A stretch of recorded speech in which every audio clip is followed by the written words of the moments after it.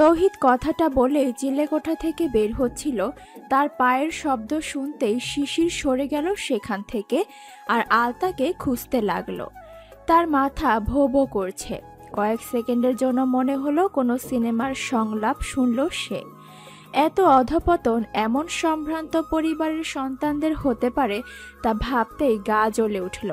আব্বা হয়তো এ কারণেই নানা বাড়ির কাউকে পছন্দ করে না। শিশির অনেক খুঁজে আলতাকে ছাদে না পেয়ে নিচে গেল। মা যে ঘরে থাকবে সে ঘরের দরজা খোলা। অস্পষ্ট দেখা যাচ্ছে আলতা তার শাড়ির কুচি ঠিক করছে। বাদিকে তাকাতেই দেখল সিঁড়ি বেয়ে তৌহিদ ভাই এদিকেই আসছে। শিশির আর কোনো খেয়াল না রেখে ঝট করে সে ঘরে ঢুকলো। তার ধারণা সঠিক করে দিয়ে তৌহিদ ভাইও এসে সে ঘরের দরজায় দাঁড়ালো। তৎক্ষণাৎ আর কিছুই মাথায় এলো না শিশিরের। সে দুই হাতে আলতাকে টেনে নিজের সাথে জড়িয়ে আচমকা তার ওষ্ঠে নিজ অধরে মিশিয়ে দিল। তৌহিদ দরজার সম্মুখে থমকে গেল। এত বড় ঝটকা তার জন্য সামাল দেওয়া একটু কষ্টের হলেও সে শিশিরকে দেখে সামলালো। আর যাই হোক, ছোট ভাইয়ের প্রেমিকার দিকে নজর দেওয়ার মতো লোক সে নয়। বড় ভাবি হলে অন্য কথা। মনে মনে এমনটা ভেবেই সে দরজা ছেড়ে সরে গেল। কিন্তু নবযৌবন প্রাপ্ত শিশির ভুলে গেল ক্ষণিকের জন্য পার্থিব সকল ভয়, ভাবনা, রাগ। অধরের এই চমকপ্রদ স্পর্শে হিতাহিত জ্ঞান শূন্য শিশিরের একটা হাত ধীর গতিতে উঠে এলো আলতার বক্ষপিঞ্জরে। ছটফটি আলতা ধাক্কা মেরে বসল শিশিরকে। মাত্র কয়েক সেকেন্ড নাকি কয়েক মিনিট নিস্তব্ধ এক তুফান লণ্ডভণ্ড করে দিল শিশিরের মন আর আলতার কিশোরী মনকে। এক মুহূর্ত আর দেরি না করে বেরিয়ে গেল শিশির। ধপাস করে মেঝেতে বসে পড়ল আলতা। প্রচণ্ড রকম ধুমধামে হলুদ হচ্ছে বাড়ির ছাদে। শিভা বহুদিন বাদে ভাই বোনদের সাথে কোনো আনন্দে সামিল হয়েছে, তাই হয়তো খেয়াল নেই আলতা আর শিউলির। শিউলি মিছে গেছে তার চেয়ে বড় আর সমবয়সী এ বাড়ির অন্যান্য মেয়েদের সাথে, কিন্তু আলতা একা ছিল, তার সমবয়সী কেউ নেই। আর শিউলি নিষেধ করেছে তাদের সাথে যেন না থাকে। শিউলি অনেক আগে থেকেই আলতাকে সহ্য করতে পারে না তার রূপ সৌন্দর্যের জন্যই। ইদানিং আরও বেশি অসহ্য লাগে তার আলতাকে। কদিন আগেই একটা ছেলের সাথে কলেজে একটু ভাব হয়েছিল তার। একদিন লাইব্রেরিতে দেখা করতে গিয়ে আলতার সাথে দেখা হয়। আলতা তো শিউলি আপা বলতে পাগল ছিল, দৌড়ে সামনে যায় তাদের। দু চার কথার পর বাড়িতে কাউকে না বলে দেয় সেই ভয়ে ছেলেটিকে বন্ধু পরিচয় দেয় আলতার কাছে। সেই ছেলে এখন আর তার সাথে মিশছে না। বিভিন্ন বাহানায় তাকে এড়িয়ে চলে আর প্রায় আলতার স্কুলের সামনে যায়। এই থেকেই শিউলি তাকে চক্ষুশূল হিসেবেই দেখে। মনের ভেতর তাই নিয়ে সে কি চাপা রাগ, শুধু শিশিরের ভয়ে সে আলতাকে কিছু বলতে পারে না। আলতা নেই চোখের সামনে অনেকটা সময় ধরে, এ নিয়ে কারোর চিন্তা নেই। যে মানুষটার চিন্তা হয় সেই নিজের ভুলের কারণে বাড়ি থেকে বেরিয়ে গেছে। আলতা কোথায় তা নিয়ে মাথা ঘামানোর আপাতত কেউ নেই। অন্ধকার ঘরে দু হাঁটু মুড়ে মেঝেতে বসে আছে আলতা। থরথর করে কাঁপছে পুরো শরীর, সেই সাথে হিম শীতল হয়ে আছে তার গা। কিশোরী মন ভয়ঙ্কর অথচ অন্যরকম অজানা এক অনুভূতির সঙ্গে পরিচিত হয়েছে এই তো খানিক আগেই। কি ছিল সেই অনুভূতি তা তার জানার ঊর্ধ্বে। উষ্ণ স্পর্শ, পরিচিত জন আর অযাচিত মুহূর্ত। এই তো গত বছরেও সে তার স্কুলের বাংলা ম্যাডামের কাছে শুনেছে এই বয়সে কত কত ব্যাপারে সাবধান থাকার কথা। সেই সাবধানতায় এমন কিছুর ইঙ্গিত কি ছিল? ভয়ের তো মন হাজার রকম ভাবনা ভাবতে গিয়ে মনে হলো শিশির ভাই যা করলো তা অন্যায়, অনেক বড় খারাপ কাজ করেছে তার সাথে। কিন্তু এরপর ভাবনা ফাঁকা। শুধু মনে পড়ে শিশির কিভাবে ঘরে ঢুকেই তাকে জড়িয়ে নিল নিজের মাঝে। এই শিশির ভাই অন্য এক মানুষ, যাকে সে ছোটবেলা থেকে দেখে আসছে। সেই শিশির ভাই তার মায়ের প্রতি অতি আদুরে। যেই শিশির ভাই তার চোখে যমদূত, সে এই শিশির ভাই নয়। কিশোরী আলতার ভেতর তুমুল এক ঝড় বয়ে গেল। চঞ্চল দুরন্ত আলতা হঠাৎ থমকে গেল তার চঞ্চলতার বিসর্জন ঘটিয়ে। মধ্যরাত অবধি অনুষ্ঠান চলল। তারপর যখন শিফা নিচে এলো তখন তার মনে পড়ল সে আলতাকে দেখেনি একবারও। চিন্তায় বুক ধরফর করে উঠল এবার। শিউলিও তার সাথে নিচে নামছিল। শিফা তাকেই প্রশ্ন করল, আলতা কই শিউলি? দেখিনি কাকি। কি বলতেছিস? ওরে তো তোর সাথে থাকতে কইছিলাম। ছিল না বলেই শিউলি চলে গেল ঘরের দিকে, যে ঘরে তাদের থাকতে দিয়েছে। সে ঘরে ঢুকতেই শিউলি চিৎকার করে উঠল। শিফা দৌড়ে আসছিল চিৎকার শুনে, তখন আবার তৌহিদও কোনো কারণে সেদিকে এসেছে। কি হয়েছে ফুপু?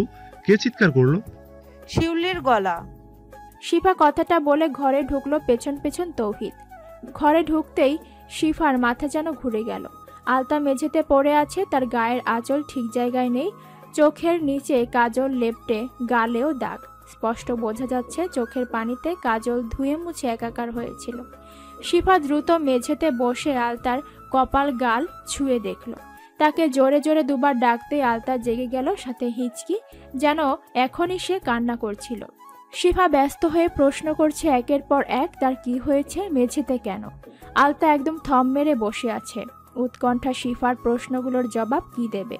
কেন সে এখানে পড়েছিল? আলতা মুখ খোলার আগেই তৌহিদ বিড়বিড় করলো, যা রোমান্টিক মুভি চালাইছে সন্ধ্যায়, তাতে ক্লান্ত হয়েই মনে হয় বিছানায় যাওয়ার সময় পাইনি।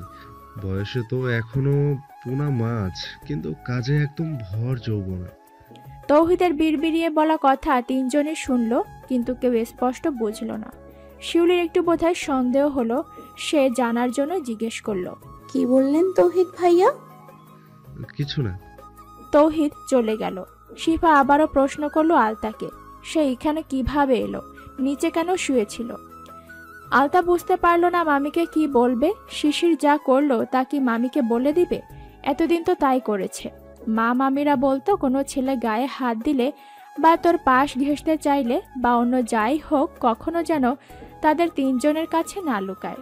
কিন্তু আলতার এই মুহূর্তে মনে হলো আজ যা হয়েছে তা মামিকে বলা যায় না, শিউলি আপাকেও না, আর নিজের মাকেও না। সে কাউকে বলবে না, কিন্তু শিশির ভাই অমন করলো কেন? রাগে তো সবসময় থাপ্পড় মারতো অথবা চুলের বেনি টেনে ধরতো, কিন্তু আজ যা করলো তা ভিন্ন। সে বেশি না হলো মুভি ড্রামা দেখেছে কিছুদিন আগেও শিউলি আপার সাথে বসে বিদেশি মুভি দেখেছে, আর তাতে এমন কিছু হয়েছিল, কিন্তু সেখানকার চরিত্র দুজন ছিল একই ভার্সিটিতে পড়ুয়া বন্ধু। তাদের মধ্যে ছিল বন্ধুত্ব, যা পরে প্রেমে বদলে যায়। কিশোরী আলতা বেখেয়ালেই কিছু মিথ্যে বলে যায় মামির কাছে। তার শরীর ভালো লাগছিল না, হয়তো মাথা ঘুরে পড়ে গিয়েছিল।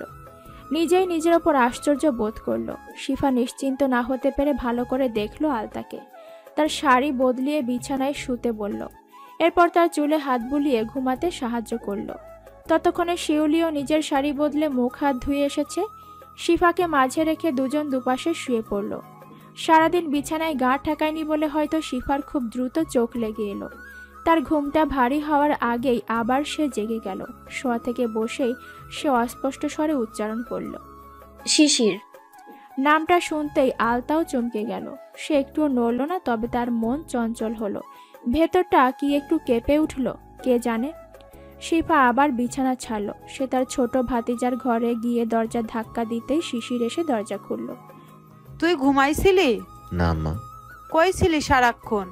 আমি একবারও দেখি নাই তোরে। এদিকেই ছিলাম আম্মা। রাত অনেক হয়েছে, ঘুমাও তুমি। পুরো বাক্য শেষ করতে শিশির একবারও মায়ের দিকে তাকায়নি।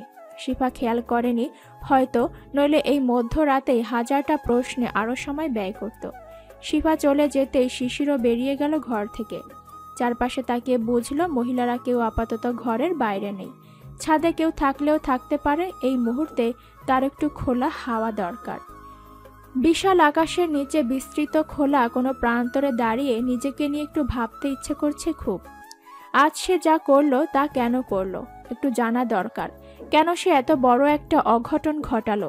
প্রতিদিন চর থাপ্পড়ের মতো কাজ ছিল না সে যা করেছে, তা কি পরিমাণ বড় অপরাধ নিজেও জানে না। ধীর পায়ে সে চলে গেল ছাদের দিকে। আজ যা ঘটলো, যা করেছে, এরপর সে আলতার মুখোমুখি হবে কি করে?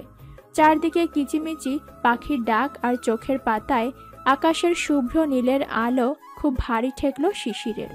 কাল রাত আর তার ঘুম হয়নি। রাতের শেষ দিকে চোখ আর খোলা রাখা গেল না বলে বিয়ের স্টেজটাতেই সে শুয়ে পড়েছিল গুটিসুটি মেরে। ঘরে যাওয়ার একদমই ইচ্ছে না থাকায় এই স্টেজেই খোলা হাওয়ায় ভালো লাগছিল তার।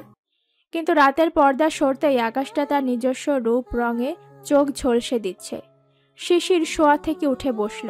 মাত্র তো ঘন্টাখানেক ঘুমিয়েছে, অথচ মনে হচ্ছে সে যেন অনেক দিন ধরে শয্যাশায়ী ছিল। কাঁধ দুটো একদম ব্যথায় বিবশ হয়ে গেছে। পকেট থেকে ফোন বের করে সময়টা দেখলো 4:50। বাড়ির পুরুষরা প্রায় সবাই জেগে আছে আর বেশিরভাগই তাড়াহুড়ো করছে হলে যাওয়ার জন্য। সেখানে রান্নাবান্নার কাজ চলছে, তাই বাড়ির লোকেরা থেকে সব নজরদারি করা ভালো। শিশির ছাদের রেলিং ঘেঁষে দাঁড়িয়ে দেখলো বাড়ির মেইন গেট খোলা আছে। বড় মামা মাত্রই বেরিয়ে গেলেন সাথে জাহিদ ভাইকে নিয়ে। শিশির ঝটপট নিচে নেমে মুখ হাত ধুলো। মায়ের ঘরের এখনো দরজা বন্ধ, তার মানে তারা এখনো জাগেনি। শিশির আর দেরি না করে বেরিয়ে পড়ল এ বাড়ি থেকে। তার পক্ষে কিছুতেই সম্ভব নয় আলতার সম্মুখে আসা। ভারী এক চিন্তার পাহাড় বুকে চেপে সে চলে গেল কাউকে কিছু না বলে। শুক্রবার দোকানে কাস্টমার অন্য দিনের তুলনায় অনেক বেশিই থাকে, তাই শরৎ খুব ভোরেই দোকান খোলে। আজও তাই সে সকালে নাস্তা না করেই বেরিয়েছিল।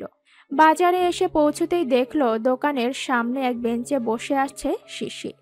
কাকডাকা ভোরে বিয়ে বাড়ি ছেড়ে সে গ্রামে চলে এসেছে দেখেই মনটা বিচলিত হলো তার।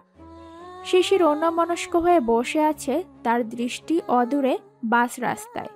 শরৎ সামনে এসে আলতো করে কাঁধে হাত রাখতেই চমকে উঠল শিশির। এত ভোরে তুই এখানে কেন? আমি হঠাৎ মনে পড়লো আমার কিছু কাজ বাকি রয়ে গেছে। হলে যাওয়ার আগেই সেগুলো গোছাতে হবে। কলেজেও একটু কাজ ছিল। সূর্যের তেজ বাড়েনি এখনো, সবেই তো সকাল হলো। গাছে গাছে পাখিদের কলরব শুরু আর বাজারের প্রতিটা দোকানের ঝাঁপ খোলা হচ্ছে। শরৎ তার দোকান খুলতে খুলতে কিছুটা ভাবল, বিয়ে বাড়িতে কোনো ঝামেলা হতে পারে, নয়তো কাকি আর শিউলিদের ছেড়ে শিশির চলে আসবে, এ অসম্ভব। চুপচাপ থাকা শরৎও জানে শিশিরটা স্বভাবে যতই উগ্র হোক, দায়িত্বে সে যথেষ্ট সতর্ক। আরও ছোট থেকে সে দায়িত্ববান, অনেকটা শরতের মতোই, শুধু আচরণে দুজন আগুন আর পানি।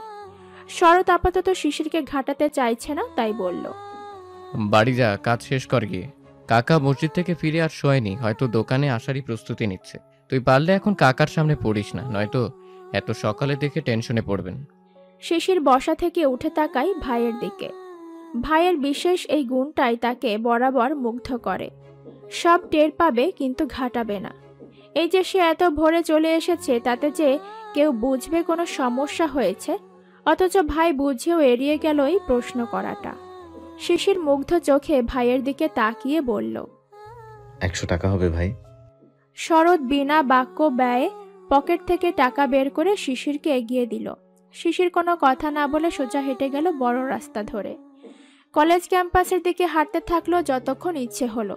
বেলা বাড়লে তবেই ফিরবে সে বাড়িতে, আর মাকে ফোন করে বলবে জরুরি কাজে এসেছে। দুপুরে বাবা তো যাচ্ছেই বিয়েতে, তাদের নিয়ে আসবে সাথে করে। আলতার সকালে ঘুম হালকা হতেই কানে এলো শিফার কণ্ঠ। সে ফোনে কথা বলছে। আমি কি শুনবো, তুই শোন। 8 ঘন্টার মধ্যে ফিরবি বাবা। কি বাজে কথা, তুই সকালে গেলি, তোর বড় মামি খুব কষ্ট পাবে। আলতার মনটা ভীষণ উদাস হলো।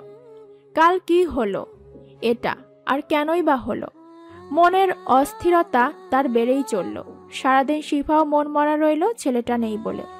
আজই তার মন ভার হয়ে গেল শিশিরের ঢাকা যাওয়ার কথা মনে পড়তেই। আর মাত্র 2 দিন, তারপরেই সে চলে যাবে বহু দূরে। শিফার আর মন রইল না বিয়ে বাড়ি, ধুমধাম আর হট্টগোলে। কোনো মতে দুপুরটা কাটিয়ে আহসানুল্লাহর সাথে বিকেলের দিকে বাড়ি ফিরল 3 জন। শিউলির কিছুতেই আসতে ইচ্ছে করছিল না, তবুও যেতে হবেই। সন্ধে নাগাদ বাড়িতে ফিরে আলতা ঘরে ঢুকে কাপড় বদলে মায়ের পাশে বসল। নকশি বসে বসে কিছু প্রশ্ন আলাদা করে খাতায় তুলছিল। পরবর্তীতে এগুলো থেকে পরীক্ষার প্রশ্ন সাজাবে সে। আলতা একদম গা ঘেঁষে বসায় নকশি একটু অবাক হলো। এই মেয়ে এই যে এত বড় হলো, কখনো তাকে জোর না করে পাশে বসাতে পারত না। রাতে ঘুমানোর সময় পর্যন্ত টেনে জড়িয়ে ধরত নকশি, আর ঘুমের মাঝে এই মেয়েটা হাত ছাড়াত। তবে সে গা ঘেঁষা হয় শুধু একজনেরই, যদিও শুধুমাত্র নিজের প্রয়োজনে। যখনই তার কোনো আবদার থাকে তখনই সে শিফার গা ঘেঁষবে, আহ্লাদে জড়িয়ে ধরবে, আবার আদর করে পাশে শুইতে চাইবে, সেটাও অল্প সময়ের জন্য। মায়ের চেয়ে বেশি সখ্যতা তার শিফা মামির সাথেই। নকশি হাতের কলম খাতার ওপর রেখে ফিরে তাকালো। মেয়ের মুখটা দেখেই সে চমকে গেল। চোখ মুখ কেমন অন্যরকম লাগছে মেয়েটার। না কোথাও কোনো আঁচড় কিংবা দাগ নেই, কিন্তু চঞ্চল মুখশ্রীর চঞ্চলতা গায়েব প্রায়। এমনটা আগে কখনোই সে খেয়াল করেনি। মনে মনে খুব ভয় পেয়ে গেল নকশি। কিছু কি হয়েছে? মায়ের প্রশ্নে বিব্রত হলো আলতা। কি বলবে বা তার কি হয়েছে সে নিজেই জানে না। মনে যে কথা ঘুরপাক খাচ্ছে তা বলা দরকার, আবার ভাবে কি বলবে। শিশির ভাই কাল যা করেছে তা লজ্জাজনক, সেটা কি মাকে বলা যায়? দোটানায় দ্বিধায় গিজগিজ করছে তার ছোট্ট মস্তিষ্ক। সে আর মাকে বলল না কিছু। জড়িয়ে ধরে বসে রইল কিছুক্ষণ। নকশিও ছাড় দিল। মনে তার সন্দেহ দানা বাঁধলেও তা আপাতত খুঁচিয়ে দেখা ঠিক হবে বলেই ধরে নিল। শিশির আর আলতার দেখা হলো না সারাটা দিন। পরের দিন সকালে ঘুম থেকে উঠে স্কুলের সময় হয়ে গেল। আলতা চলে গেল স্কুলের, শিশির তখন ঘুমে। এভাবেই কাটলো আরো 2 দিন। অথচ একই বাড়িতে থেকে মুখোমুখি হলো না শিশির আলতা। খুবই সন্তর্পণে এই অদেখা ব্যাপারটুকু শিশির নিজে সাজিয়েছে। সে নিজেই চাইছে না আলতা তার সামনে পড়ুক, হয়েছেও তাই। কিন্তু সোমবার সকালে শিশির যখন তার ব্যাগপত্র গুছিয়ে তৈরি, তখন আলতা নিজেই দৌড়ে গেল শিশিরের ঘরে। তার মনে হয়েছিল শিশির ভাই যাওয়ার আগে তার কিছু কথা আছে বলার মতো। শিশিরের ঘরে পা দিতেই সকল কথা মাথা থেকে বেরিয়ে গেল বাষ্পের মতো। একলা ঘরে শিশির আর সে মুখোমুখি হতেই তার মনে পড়ল সেই সন্ধ্যার কথা। আপনা থেকেই তার হাঁটু কাঁপতে লাগলো। হাত পায়ের তালু হিম হয়ে এলো ধীরে ধীরে। শিশিরও চোখের দৃষ্টি আলতা ছাড়া ঘরের সবখানে বিচরণ করছে। দম বন্ধকর অথচ কোমল এক অনুভূতি আবারও স্রোতের মতো বেয়ে গেল আলতার দেহ জুড়ে। সে ইতস্তত করতে করতেই আবার ফিরে যাচ্ছিল। তখনই শিশির ডাকলো, আলতা শোন। আলতা ফিরে তাকালো। খুব মনোযোগে শুনতে সে অপেক্ষা করল, কিন্তু শিশির শেষ পর্যন্ত কিছুই বলল না। ততক্ষণে শিফা এসে ঢুকলো ঘরের মধ্যে। হাতে তার এক বক্স নারকেলের নাড়ু। বক্সটা শিশিরের দিকে এগিয়ে দিতে দিতেই বলল, এই যাওয়ার সময় আর বকিস না ওকে। এমনিতেই 2 দিন ধরে পাড়ায় খুব মনোযোগী হয়েছে। ফুপু আম্মা কই? ভীরু গলায় প্রশ্ন করল শিশির। আলতা চুপচাপ ঘর থেকে বেরিয়ে গেল জবাব না দিয়ে। শিফাই বলল, এই সময় ওর প্রাইভেট পড়াই তো হেনেই গেছে। ও। মন খারাপ হলো শিশিরের। ফুপু আম্মা জানে আজ সে ঢাকা যাবে, তবু এই সময়টা একটু অপেক্ষা করল না। শিশিরের গোছগাছ শেষ। শরৎ আজ দোকানে যাবে অনেক পরে, তাই সেই একটা অটোরিকশা ডেকে আনলো। শিশিরের বড় একটা কাপড়ের ব্যাগ আর তার কাঁধের ব্যাগটা নিয়েই শরৎ যাচ্ছিল তাকে বাস স্ট্যান্ডে পৌঁছে দিতে। হঠাৎ তড়িঘড়ি নকশি এসে হাজির হলো। শিফা ছেলেকে ধরে কাঁদছিলেন, সাথে জয়তুনও। নকশি এসে শিশিরের কাঁধে হাত রাখতেই এবারও তারও কান্নার ঢল নামলো। শিউলিরও খারাপ লাগছে, কিন্তু মন চাচ্ছে শিশির ভাই জলদি যাক, এতে তার অনেক সুবিধে আছে। আহসানুল্লাহ কিছু উপদেশ দিলেন ছেলেকে, তারপরই সময় কম বলে তাড়া দিলেন অটোতে উঠতে। শিশির এক পলক তাকিয়ে দেখল সবাইকে। উঠোনে উপস্থিত আলতা ছাড়া বাকি সবাই আছে। একটিবার মন চাইল আলতাকেও দেখতে, কিন্তু তার হলো না। বাড়ি থেকে যেতে যেতে শিশিরের মন প্রমোদ গুনল। যতটা দূরত্ব পথের বাড়ছে ততটা যেন আপন মানুষগুলোর সাথে না বাড়ে। স্কুলের সময় হতেই আলতা তৈরি হয়ে ব্যাগ কাঁধে বেরিয়ে পড়ল। আজ আর মামি তাকে জিজ্ঞেস করেনি খাবার খেয়েছে কিনা।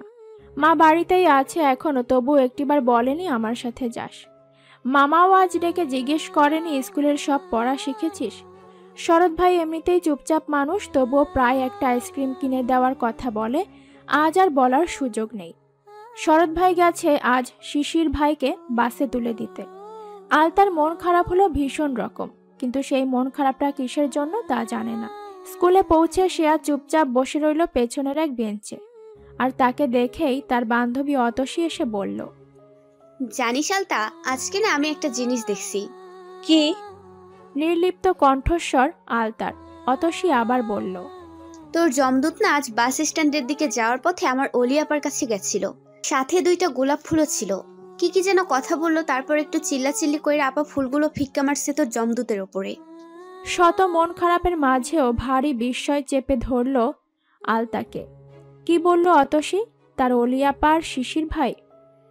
ব্যস্ত শহরের যানজট ঠেলে বিকেলে এসে পৌঁছল শিশির তার নিজ গন্তব্যে। হলে উঠে নিজের রুম নাম্বার আর চাবি নিয়ে রুমে ঢুকতেই ঝটকা খেল শিশির। তার ঘরের দরজা খোলা আর তার সঙ্গীর জায়গায় একসাথে 3টে ছেলে। সে যতদূর জেনেছে তার রুমমেট সিনিয়র এক ভাই, কিন্তু তিনজন একসাথে, তাও আবার সিগারেট ফুঁকছে। ভারী আশ্চর্যজনক ব্যাপার হলো, তাকে সতর্ক করা হয়েছে হলে সিগারেট নেশা পানি কেউ টের পেলে তার বিচার উপরতলা থেকে করা হবে। সে কখনো সিগারেট ছুঁয়েও দেখেনি, তাই ভয়ও নেই, কিন্তু রুমমেট এমন হলে তো বেশ বিপদ। তটস্থ হলো শিশির, আর তাকে ব্যাগপত্র হাতে দেখে একটা ছেলে বলল, কি চাই? সাথে সাথে অন্য একজন বলল, ও বোধহয় আমার নতুন রুমমেট, ব্যাগপত্র সাথে দেখছি না। শিশির বুঝল দ্বিতীয় ব্যক্তিটি তার ঘর সঙ্গী। সে খুব বিনীতভাবে জবাব দিল, জি, আমি এই রুমে নতুন মেম্বার। আচ্ছা আচ্ছা, আসো ঘরে, এইটা আমার বিছানা, ওই পাশেরটা তোমার। শিশির তাকিয়ে দেখলো তার বিছানা যেটাকে বলা হচ্ছে তাতে একটা তোশক জাতীয় কিছু আছে, একজন লম্বাটে হয়ে শুয়ে আছে সেটাতে, আর তার চারপাশে সিগারেটের ছাই আর ফিল্টারে ভরা। ঘর জুড়েও রয়েছে উৎকট বিশ্রী গন্ধ। অস্বস্তি হলো তার ঘরে থাকতে, কিন্তু কিছু করারও নেই। ব্যাগ দুটো কোথায় রাখবে ঠিক বুঝতে পারছে না। ছেলেগুলো একটুও নড়ছে না নিজের জায়গা থেকে। বাধ্য হয়ে সেই বলল, ভাইয়া একটু সরে বসলে ভালো হতো। কথাটা শেষ হতে না হতেই ধারালো দৃষ্টিতে তাকালো তৃতীয় ছেলেটি। শিশির ঠিক বুঝতে পারল না তার ভুলটা, এভাবে তাকিয়ে কি বোঝাতে চাইছে। কিন্তু শিশির তো গ্রামের হাবাগোবা কোনো শান্ত ছেলে নয়, সে শুধু সময় উপযোগী ব্যবহার করেছে ব্যাস। বসা ছেলেটা সরছে না বলেই সে এবার গড়া ঝেড়ে কাশল। ভাইয়া আমার বিছানাটা খালি চাইছি। শান্ত তবুও কঠিন শোনালো শিশিরের গলা। রুমমেট ছেলেটা বোধহয় একটু ঘাবড়ে গেল, তাই ছেলেটা বাকি দুজনকে তাড়া দিয়ে বলল, চল একটু সংসদের দিকে যাব, কাজ আছে। শুয়ে থাকা ছেলেটা নড়ল না, বেশ শক্ত হয়ে শুয়ে রইল, যেন বিছানাটা এই মুহূর্তে ছাড়া তার জন্য অপমানজনক হয়ে যাবে। বসা ছেলেটা উঠে পড়েছে, শিশিরের দিকে তীক্ষ্ণ চোখে চেয়ে বলল, পরবর্তীতে গলার স্বর যেন নিচু থাকে নাইলে। আরে ছাড় তো, বাচ্চা ছেলে নতুন এসেছে। রুমমেট ছেলেটা টেনে বন্ধুকে সরিয়ে নিল, রুম ছেড়ে যেতে বলল। সময় হোক, সব রং দেখিয়ে দিব। হোস্টেলে উঠতেই সময়টা খারাপ হয়ে গেল শিশিরের। নিয়ম কানুন যতটুকু জেনে এসেছে সে, আর এদের যা আচরণ তাতে বুঝল তার জানায় কিছু ফাঁক আছে। থাকতে থাকতে বাকিটুকুও জানা হয়ে যাবে। সারাদিন ক্লাসে মূর্তির মতো বসে রইল আলতা। তার কারণ আজ একটুও ইচ্ছে করছিল না ক্লাস ছেড়ে বের হতে। টিফিন টাইমেও নকশি তাকে খেতে বাড়ি যাবে বললে সে এড়িয়ে গেল। পেটে ব্যথা, কিছু খাবে না, আর হেঁটে বাড়ি গেলে ব্যথা বাড়বে, ভয় পেল নকশি। মেয়ের তো এখন পিরিয়ড চলছে না। আবার মনে হলো গ্যাসের সমস্যা হচ্ছে না তো। আলতাকে কয়েক রকম প্রশ্ন করে বুঝলো গ্যাসের নাও হতে পারে, তবুও ব্যথা নিয়ে আর বাড়ি যেয়ে কাজ নেই। সেই স্কুলের পাশেই তো বাজার, সেখান থেকে মুড়ি কিনে দিয়ে গেল। শুকনো মুড়ি কয়েকটা চিবিয়ে আবার ব্যাগে ভরে রাখলো আলতা। মোটেই খাওয়ার ইচ্ছা হচ্ছে না তার, কিন্তু এত খারাপ লাগা কিসে তাও জানে না। ক্লাসের মেয়েরা কয়েকজন টিফিন নিয়ে এসেছে, তারা খাচ্ছে। আলতার কিছু করার নেই। সে ব্যাগ থেকে বায়োলজি বইটা বের করে মেলে ধরল। প্রথম পৃষ্ঠার নিচের পিঠে তার নাম লেখা আয়েশা আহমেদ। কয়েকদিন আগে রেজিস্ট্রেশন হয়েছে, আর তখন শিশির ভাই তার জন্ম সনদ সহ রেজিস্ট্রেশন কার্ড সব ফর্মেই আয়েশা আহমেদ নামটা লিখে দিয়েছে। আগে তো স্কুলের কাগজে আয়েশা আক্তার ছিল, হঠাৎ আহমেদ লেখায় সে মুখ ফুলিয়েছিল খুব। শিশির বলেছে আয়েশা আহমেদ নামটা মানায় বেশি। বইটা আবার বন্ধ করে দিল আলতা। শিশির ভাই যাওয়ার সময় তার কিছুই বলে যায়নি কেন? অন্য সময় তো বকে ধমকে শাসন করে তবেই বাড়ি থেকে বেড়ে যায়, অথচ আজ কতদিনের জন্য গেল তার ঠিক নেই। সারাদিন ক্লাসে মন রইল না আলতার।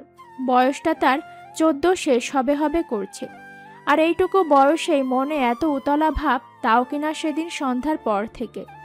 কিশোরী বয়স নিয়ে সে একেবারে অজ্ঞ নয়, তবুও সব বদলে যাচ্ছে ভেতরে ভেতরে। শিশিরের প্রতি যেখানে তার রাগ আর ঘৃণা থাকার কথা, সেখানে তার ভাবনা শূন্য। শিশিরকে তাই সে যেন ঠিকঠাক বুঝতে পারছে না। জন্মের পর থেকে দেখে আসা মানুষটাকে সে চিনছেই না যেন। ঘন্টা বাজলো, টিফিন আওয়ার শেষ হয়েছে। ছোট একটা, অথচ আজ 3 দিন ধরে এত বেশি বিক্ষিপ্ত হয়ে আছে যে ক্লাসে মন বসানো যাচ্ছে না। পেটে ব্যথার কথা বলে ক্লাসটাও করলো না। চোখ মুখো তার এমন যা দেখে স্যারও ভাবলো সত্যিই খুব অসুস্থ, তাই নকশিকে ডাকলো। নকশি এলেই আলতা বলল তার বসতে কষ্ট হচ্ছে। নকশি আর কিছু বলার মতো পেল না, সে নিজেই স্কুলে ছুটি চেয়ে নিল। মেয়েকে নিয়ে অটো করে বাড়ি যাওয়ার পথে ফার্মেসিতে গিয়ে ব্যথার জন্য ঔষধও নিল। বাড়ি ফিরে আলতা কোনো রকম কথা না বলে শুয়ে পড়ল। বাড়িতে শিফা জয়তুন দুজনেই একটু অস্থির হয়ে আলতাকে দেখল। কারোরই কিছু বোধগম্য হয়নি, তবে জয়তুন বলল, চিরা ভিজাইয়া গুড় দিয়ে খাওয়ার, পেট ঠান্ডা থাকবো, বেদনাও কমবো। নকশি তাই করলো। চিরা ভিজিয়ে আলতাকে খেতে দিল। তাড়াতাড়ি বাড়ি ফেরায় সে রাতের রান্নাটা বসিয়ে দিল। মাকে ঘর থেকে বের হতে দেখে সে আবার শোয়া থেকে উঠে বসল। সত্যিই কি পেট ব্যথা তার? নিজেই বোকা হয়েছে সে নিজের আচরণে। চিরা পড়ে রইল, ঔষধও পড়ে আছে, আলতা সেগুলো ছুঁয়েও দেখল না। সন্ধ্যার আজান হতেই সে বই খাতা নিয়ে বসল টেবিলে। নকশি রান্নার ফাঁকে ঘরে ঢুকে একবার বকাঝকা করে গেল, কিছুই খেলো না বলে। আলতা তা কানেও তুলল না, বরং সন্ধ্যার পর এক নাগারে পড়াশোনায় ব্যস্ত রইল। ইংরেজি, বাংলা আর বায়োলজি বইটাতে হঠাৎ করে যেন তার জরুরি পড়া আছে বলে মনে হলো। রাত যখন 9টা পেরোলো তখন আর নকশির ভালো লাগলো না। সে আলতাকে টেনে ধরে জিজ্ঞেস করলো, কি হয়েছে তোর? কিছু না আম্মা। মিথ্যা বলিস না আলতা, সত্যিটা বল আমাকে। তুই 2 দিন ধরে এমন চুপচাপ হয়ে আছিস, আমার কাছে কিছু লুকাস না মা, বল। আকুতির স্বরে নকশি মেয়েকে বলছে। আলতাও মাকে জড়িয়ে ধরল। ভেতরটা অস্থির হলো, কিছু বলতেই পরক্ষণে মনে হলো একথা মাকে বলা যায় না। নকশি পারল না আলতার মুখ থেকে কিছু বের করতে। পরের দিন আলতার পরিবর্তন দেখে আরো বেশি চিন্তা হলো। ডাকার আগেই বিছানা ছাড়ে সে। স্কুলে যাওয়া, ফিরে আসার, কোচিং, এটুকুতে সীমাবদ্ধতা চোখে পড়ল তার। পাড়ার বাচ্চারা মার্বেল, লাটিম, কখনো বা রুটি খেলার জন্য ডাকতে এসে ফিরে যায়। আলতার সময় হয় না কোনো খেলায় যোগ দেওয়ার। স্কুলেও এখন টিফিনের সময় গাছের ডালে ডালে পাখির খোঁজ লাগায় না সে। গলতিটা তার আর কখনো ব্যবহৃত হয়নি। আহসানুল্লাহ আর শিফাকেও নিজের মনের ভয় জানায় নকশি। শিফা বলল, তুই এত চিন্তা করিস না আলতা, আমার লগে সব কথা কয়, আমি বাইর করতাছি কি হয়েছে ওর। একটু চোখে চোখে রাখিস তো, পাড়ায় বাচ্চাদের সাথে খেলতে গিয়ে কোনো ঝামেলা করছে কিনা। হতে পারে গন্ডগোল পাকিয়েই এখন আর কারোর সাথে মিশছে না।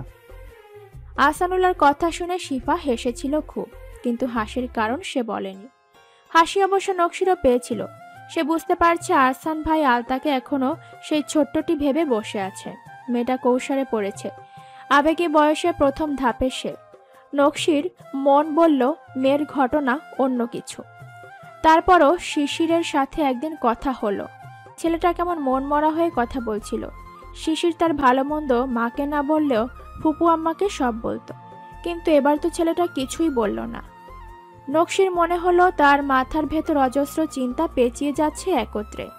একদিকে নিজের মেয়েকে নিয়ে ভাবনা, অন্যদিকে শিশিরটারও কিছু হয়েছে মনে হচ্ছে। নতুন শহর, নতুন পরিবেশ আর নতুন সব মানুষের ভিড়ে কোনো ঝামেলায় পড়ল না তো? শিশির আহমেদ, বায়োকেমিস্ট্রি ডিপার্টমেন্টের নতুন ছাত্র কোন রুমে থাকে বলতো?